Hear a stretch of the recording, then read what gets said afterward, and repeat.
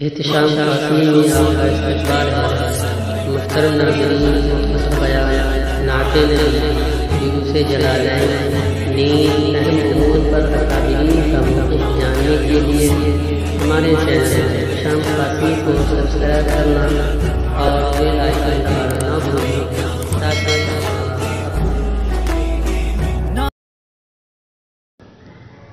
الحمدللہ رب العالمین والعاقبۃ للمتقین والصلاة والسلام علی سید المرسلین اما بعد قال اللہ تبارک و تعالی فی کلامہ المجید اعوذ باللہ من الشیطان الرجیم بسم اللہ الرحمن الرحیم واللہ اخرجکم من بطون امہاتکم لا تعلمون شیئا وقال النبی صلی اللہ علیہ وسلم کل مولود یولد علی الفطرہ فابواہ یحودانہ او ینصرانہ او یمجسانہ وقال النبی صلی اللہ علیہ وسلم ایضا من اخلص للہ 40 صباحا انبت اللہ ینابع الحکمہ من قلبہ علی لسانہ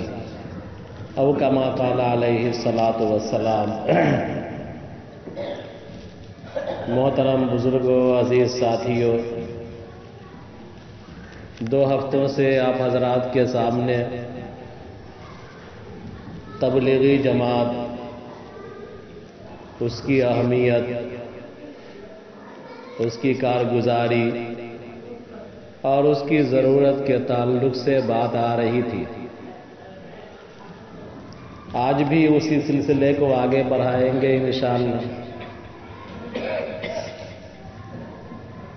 جو آیت پڑھی ہے اور جو حدیث کا ٹکڑا پڑھا گیا ہے، اس کی تشریح تو آگے ہوگی۔ اس سے پہلے گزشتہ ہفتے جو جماعت کے سلسلے میں کارگزاری آئی تھی، اسی کارگزاری کو بڑھاتے ہوئے میں کہا تھا کہ کارگزاری جو سنائی جاتی ہے وہ ترغیب کے لیے سنائی جاتی ہے۔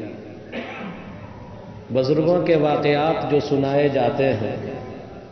یا صحابہ کرام کے احوال جو فضائل اعمال میں، حکایت صحابہ میں لکھے ہوئے ہیں، یہ سارے احوال اس لیے ہیں تاکہ ہمارے اندر بھی عمل کا داعیہ پیدا ہو جائے، ہمارے اندر بھی عمل کا جذبہ پیدا ہو جائے۔ تو جماعت کے سلسلے میں جو کارگزاری بیان کی جاتی ہے، اس کا مقصود بھی اتنا ہی ہے صرف کہ ہمارے اور آپ کے اندر بھی اس کام کی عظمت ہمارے دلوں میں آ جائے اور اس کام سے ہم جڑنے والے بن جائیں، اس کام کو آگے بڑھانے والے بن جائیں۔ جو آدمی اس کام کو آگے بڑھاتا ہے، اللہ تبارک و تعالیٰ اس کو آگے بڑھاتے ہیں۔ میں بار بار سنایا کہ جس کا عمل انسان کو پیچھے کر دے، اس کا نسب اس کو آگے نہیں بڑھا سکتا۔ اگر کوئی انسان سادات ہی میں سے کیوں نہ ہو، اعلیٰ درجے کا سید کیوں نہ ہو، لیکن اگر اس کا عمل اس کو پیچھے کر دیا تو صرف سید ہونا یا ہاشمی خاندان سے ہونا یہ کوئی معنی نہیں رکھتا ہے۔ تو انسان کا عمل ہی انسان کو آگے بڑھاتا ہے اور اللہ کے یہاں عمل ہی کی قدر ہے۔ کئی کارگزاریوں کا ذکر آیا، بطور خاص دبئی سے جو جماعت نکلی اور رسیا گئی، اس کا ذکر آپ نے سنا۔ رائے ونڈ میں ایک اجتماع ہوا تھا پڑوسی ملک میں، اور وہاں سے ایک لڑکا فیضان نام کا تھا، اور وہ 40 دن کے لیے نکلا، اس کی تشکیل ہوئی اور 40 دن کے لیے وہ نکلا۔ حالانکہ وہ نوجوان تھا، اسکول کا طالب علم تھا۔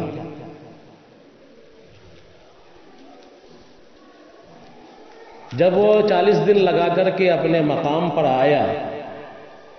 تو 40 دن میں اللہ تبارک و تعالیٰ نے اس کی کایا پلٹ کر دی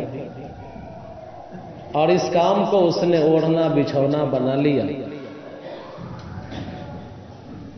کیا ناشتہ، کیا کھانا، اس کام کے تعلق سے لوگوں کے پاس جا رہا ہے، آ رہا ہے، تذکرہ کر رہا ہے، لوگوں کو بلا رہا ہے، اس کام سے جوڑ رہا ہے۔ اس کے والدین کے پاس ان لوگ آتے تھے اور کہتے تھے کہ تمہارا بیٹا سنک گیا۔ ہوتا ہے، آج بھی آپ دیوانہ ہو جائیے دین کے لیے تو لوگ کہے گا سنکا ہے۔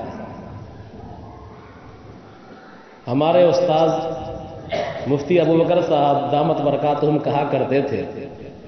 کہ صحابہ کرام کی جو دینی حالت تھی، اگر وہ حالت ہمارے سامنے ہوتی، ان کے احوال کو ہم دیکھ لیتے، تو جو ہمارا نظریہ ہے، ہمارا ذہن ہے، تو ہم یہی کہتے کہ وہ لوگ پاگل تھے۔ اور صحابہ کرام اگر ہم کو دیکھ لیتے، ہمارے بدعمالیوں کو، کہ یہ مسلمان ہیں، اسلام کے نام لیوا ہیں، کلمہ پڑھنے والے ہیں، تو صحابہ کرام ہم کو کہتے کہ یہ پاگل لوگ ہیں کہ دنیا کے پیچھے اتنے مست ہیں۔ بہرحال تو اس لڑکے کے والدین سے لوگوں نے شکایت شروع کر دی کہ تمہارا لڑکا باولا ہو گیا ہے، دیوانہ بنا ہوا ہے، جب دیکھو صبح شام گشت یہ عمل وہ عمل کرتا رہتا ہے،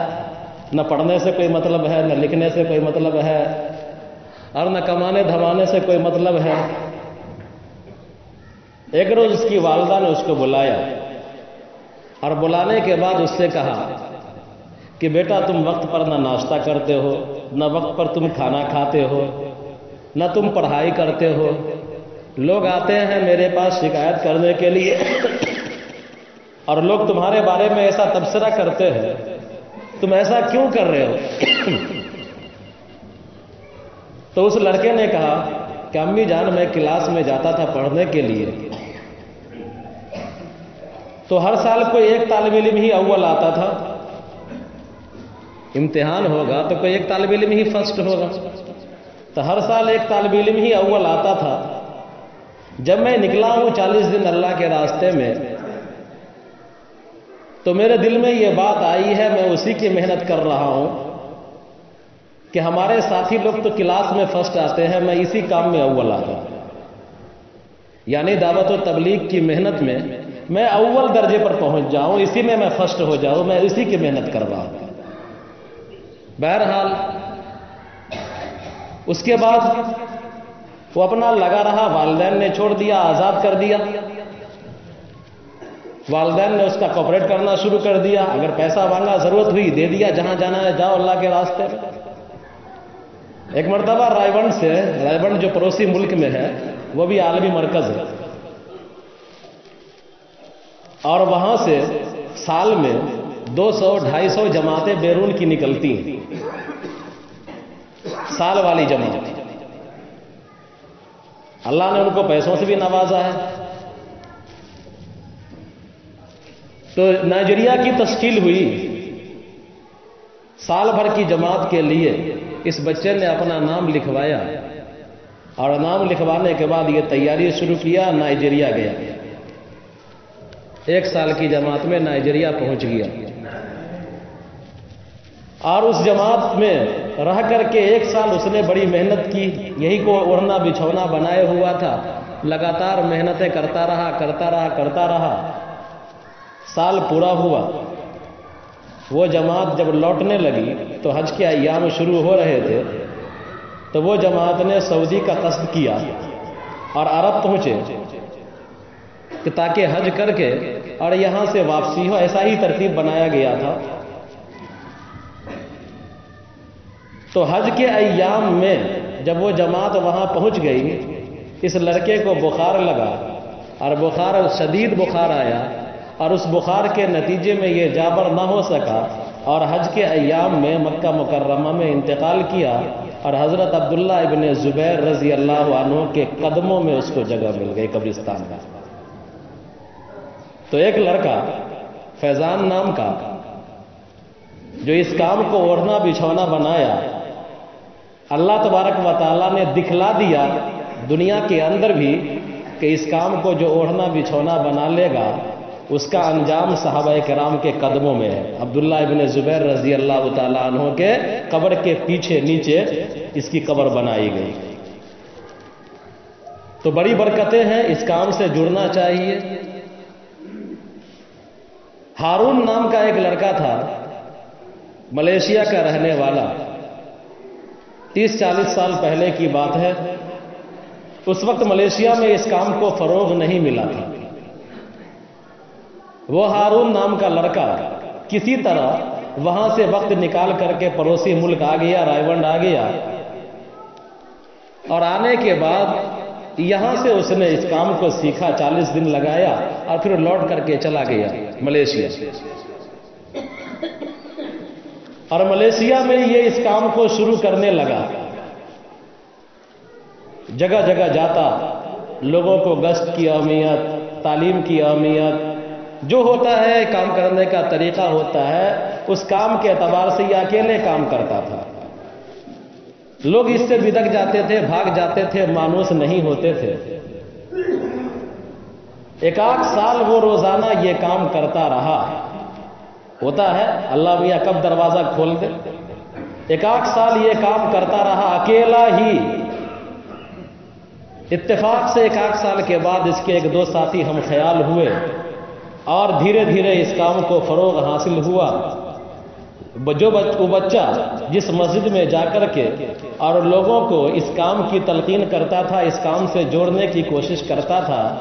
اس بچے کی اکیلی قربانی کی بدولت اللہ تبارک و تعالیٰ نے اس مسجد کو آج ملیشیا کا مرکز بنا دیا ہے۔ اور لاکھوں لوگ اس مسجد کے ذریعے جو اجتماع ہوتا ہے، لاکھوں لوگ اس میں شریک ہوتے ہیں، اور آپ دیکھتے ہیں کہ آپ کے یہاں بھی جماعتیں آتی ہیں، ملیشیا سے، انڈونیشیا سے جماعتیں آتی ہیں۔ تو کب اللہ تبارک و تعالیٰ کس کے ذریعے سے کیا کام لے لے کوئی نہیں جانتا ہے۔ شرط ہے کہ انسان خلوص کے لیے چاہے کہ ہماری جان اللہ کی ہے، ہمارا مال اللہ کا ہے، ہماری صحت تندرستی اللہ کی ہے، ہماری زمین و جائیداد اللہ کا ہے، پوری دنیا اپنے کام میں لگی ہوئی ہے۔ ہر آدمی دکان میں لگا ہوا ہے، کاروبار میں لگا ہوا ہے، مکان میں لگا ہوا ہے، کھیت کھلیان میں لگا ہوا ہے۔ مولانا الیاس رحمۃ اللہ علیہ کہا کرتے تھے کہ اسی بات پر تو مجھے کرہن ہوتی ہے اور میں اندر سے تڑپتا ہوں کہ ہر آدمی کے پاس ایک مشغولی ہے اور کسی کے پاس دین کی مشغولی نہیں۔ دنیا کے کاموں میں ہر آدمی مشغول ہے، لیکن کوئی آدمی دین کے کام میں مشغول نہیں ہے، دین کو اپنا اوڑھنا بچھونا نہیں بنائے ہوا ہے۔ میں نے ایک آیت کا ٹکڑا پڑھا ہے، واللہ اخرجکم من بطون امہاتکم لا تعلمون شیئا۔ اس کے اندر اللہ تعالیٰ فرماتا ہے کہ اللہ تبارک و تعالیٰ نے تم سب کو، یعنی تمام انسانوں کو پیدا کیا، ماں کے پیٹ سے نکالا، آدم علیہ السلام کو اور حوا علیہ السلام کے علاوہ ان کے بعد جتنے انسان دنیا میں آئے، قیامت تک آئیں گے، تمام انسانوں کی تخلیق اسی طرح ہوئی۔ واللہ اخرجکم من بطون امہاتکم لا تعلمون شیئا، کہ اللہ نے تم کو تمہاری ماں کے پیٹ سے نکالا اس حال میں کہ تم کچھ نہیں جانتے تھے۔ یعنی انسان جب پیدا ہوتا ہے تو کچھ نہیں جانتا ہے۔ یہ جو ہم کہتے ہیں نا فلاں آدمی پیدائشی ولی ہے، مادرزاد ولی ہے، یہ اس آیت کے خلاف، یہ بکواس ہے، غلط ہے۔ کوئی آدمی پیدائشی ولی نہیں ہوتا، سب آدمی نکلتا ہے ماں کے پیٹ سے تو وہ کچھ نہیں جانتا ہے، لا تعلمون شیئا، وہ کچھ نہیں جانتا۔ آگے ہے، میں نے حدیث کا ٹکڑا پڑھا ہے، کل مولود یولد علی الفطرہ فابواہ یحودانہ او ینصرانہ او یمجسانہ۔ بچہ پیدا ہوتا ہے وہ کچھ نہیں جانتا، پھر بھی ماحول کے مطابق ڈھلتا ہے۔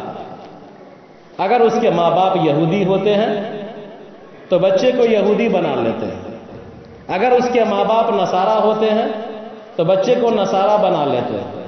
اس کے ماں باپ دیگر فرقے سے تعلق رکھتے ہیں، دیگر مذاہب سے تعلق رکھتے ہیں، وہ بچہ اسی مذاہب کا پیروکار ہو جاتا ہے۔